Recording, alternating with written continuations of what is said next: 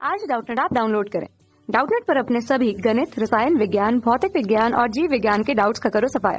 बस प्रश्न की फोटो खींचो, एक ही प्रश्न को क्रॉप करो और तुरंत वीडियो सोल्यूशन पाओ। अभी डाउनलोड करें। निम्न में से कौन सा चरण ऑडिटरी संकेत ग्रहण करने को सही समझाता है? ठीक है स्टूडेंट्स, तो हमें इस क्वेश्चन में ऑडिटरी जो संकेत होते हैं जो सेरिबेलम तक जाते हैं या सेरिब्रल कॉर्टेक्स तक जाते हैं उसके बारे में क्वेश्चन पूछा है और हमें 4 ऑप्शन दिए हैं कि कौन सा सही है और कौन सा गलत है, ये पता लगाना है। पहला ऑप्शन हमें दिया है कि बेसिलर झिल्ली के टेक्टोरियल झिल्ली के सापेक्ष विस्थापन से रोम कोशिकाओं के सेटेरियो पक्षमार्ग उद्दीपित होते हैं। दूसरा, अंडाकाक्ष गुहाक्ष पर दाब से मेलियस में कंपन उत्पन्न होते हैं जो स्टेप से होते हुए गोलाकाश गुहाक्ष में प्रवाहित होते हैं। तीसरा, स्टेप्स की गति टिम्पेनिक झिल्ली में दोलन का कारण बनेगी जो एंडोलिक के संपर्क में है। चौथा, स्टेप्स के अंडाकार गुहाक्ष के विरुद्ध दोलन अर्धवृत्ताकार कैनाल्स में दाब तरंगों को उत्पन्न करते हैं। ठीक है स्टूडेंट्स, अब हम देखते हैं कि इस क्वेश्चन को हम जो इसके ऑडिटरी जो संकेत ग्रहण करने की संपूर्ण विधि है उसको समझेंगे पहले तो। ठीक है, सबसे पहले हम क्या समझेंगे?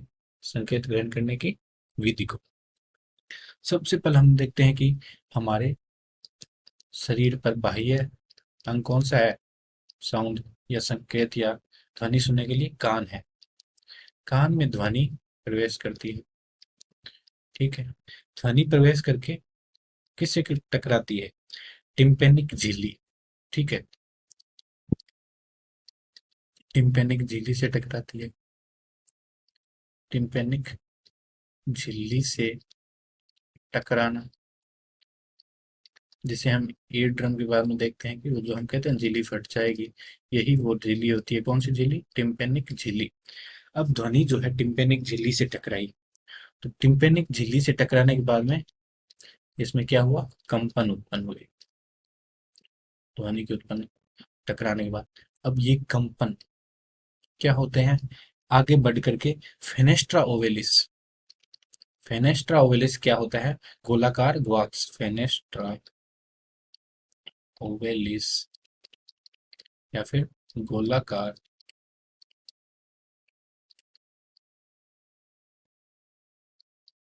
ग्वाक्स। ठीक है, इसकी झिल्ली से टकराते हैं। ये कवन ये जो कंपन होते हैं इसकी झिल्ली से टकराना या टकराते हैं। ठीक है स्टूडेंट्स, तो फेनेस्ट्रा ओवेलिस की झिल्ली से टकराएंगे। उसके बाद में हम देखते हैं कि ये यहाँ से फेनेस्ट्रा ओवेलिस की झिल्ली से कहाँ पर जाते हैं? मध्यकरण के पास। मध्यकरण इस फेनेस्ट्रा ओवेलिस के टकराने के बाद मध्यकरण इनकी कंपन की तीव्रता को या कंपन ध्वनि कंपन को बढ़ाता है। मध्यकरण के द्वारा ध्वनि कंपन बढ़ाए जाते हैं।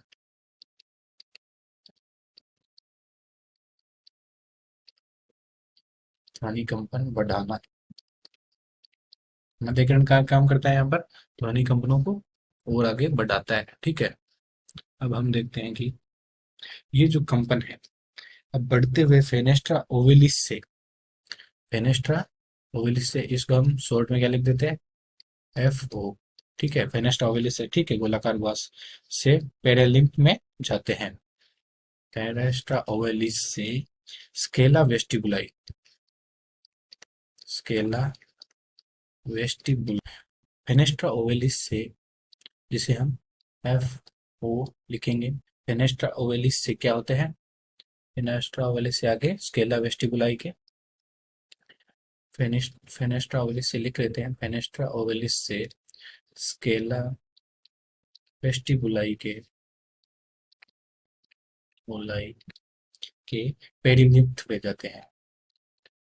के पेरिलिम्फ में जाते हैं। ठीक है, तो ये मध्यकरण के द्वारा कंपन को बढ़ाया गया। उसके बाद में ये जो कंपन है वो फेनेस्ट्रा ओवेलिस से कहाँ चले गए? फेनेस्ट्रा ओवेलिस हमने एफ और छोटा नाम लिखा है जो कि गोलाकार बॉक्स को प्रदर्शित कर रहा है। वहां से ये पेरिलिम्फ में चले गए। अब पेरिलिम्फ से आ गई ये रेसनर झिल्ली के द्वारा, रेसनर झिल्ली के द्वारा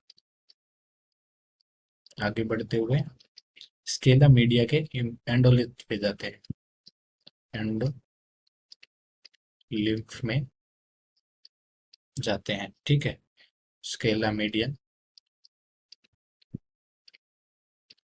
के एंडोलिम्फ में जाते हैं, ठीक है। अब यहाँ से एंडोलिम्फ से आगे इनका क्या होता है, कंपन बेसिलर झिल्ली में जाते हैं। एंडोलिम्फ से आगे कहाँ जाते हैं, कंपन कंपन बेसिलर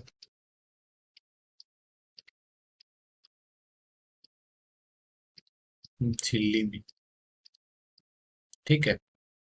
अब वहां से बेसिलर झिल्ली में कंपन जाते हैं तो बेसिलर झिल्ली में कंपन उत्पन्न होते हैं, ठीक है। बेसिलर झिल्ली में कंपन, ठीक है। तो बेसिलर झिल्ली में क्या हुआ, कंपन उत्पन्न हो गए। अब बेसिलर झिल्ली में आगे कंपन उत्पन्न होने के कारण बेसिलर झिल्ली के द्वारा जो कोर्टी के अंग पे, जो कोर्टिके के अंग है उसके अंदर कुछ रिसेप्टर सेल की रोम कोशिकाएं होती है, उनके पक्षमाभ में उद्दीपन होता है, ठीक है। तो हम यहाँ पे लिख देते हैं कि बेसिलर झिल्ली में कंपन के कारण कोर्टिके के अंग में, कोर्टिके अंग, कोर्टिके अंग जो कि मिसलेनियस झिल्ली, टेक्टोरियल झिल्ली द्वारा ढका रहता है, टेक्टोरियल झिल्ली से लेपित,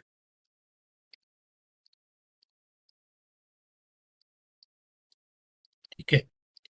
इसके अंदर क्या होते हैं, इसमें बेसिलर झिल्ली के विस्थापन या कंपन के कारण क्या होता है, ये जो टेक्टोरियल झिल्ली के अंदर रिसेप्टर सेल्स होती है, संकेतिक संकेत प्राप्त करने वाले कोशिका अंदर जो रोम कोशिकाएं होती है उनमें उद्दीपन होता है। कहाँ होता है, रोम कोशिकाओं के अंदर,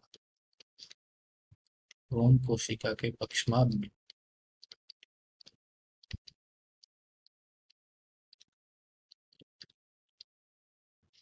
पक्षमाभ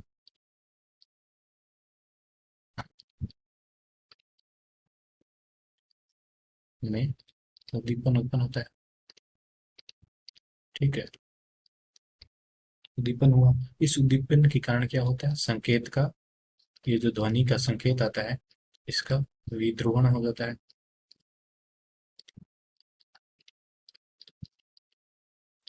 विध्रुवण के कारण संकेत या तंत्रिका आवेग उत्पन्न होते हैं, तंत्रिका आवेग उत्पन्न हुए, ठीक है। इन तंत्रिका आवेगों का क्या होता है, क्वाड्रेटरी, ये जो तंत्रिकीय आवेग होते हैं इनको क्या होता है, ऑडिटरी, ऑडिटरी नर्व या तंत्रिका, ऑडिटरी तंत्रिका के द्वारा कहाँ पर पहुंचाया जाता है, सेरिब्रल कॉर्टेक्स में, सेरिब्रल कॉर्टेक्स में पहुंचा दिया जाता है।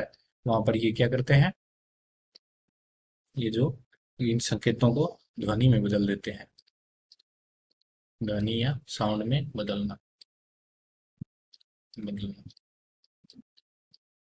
ठीक है स्टूडेंट्स। तो ये सारी होगी हमारी ध्वनि के ऑडिटरी नर्व के द्वारा संकेत को आगे पहुंचाने की, ग्रहण करने की विधि।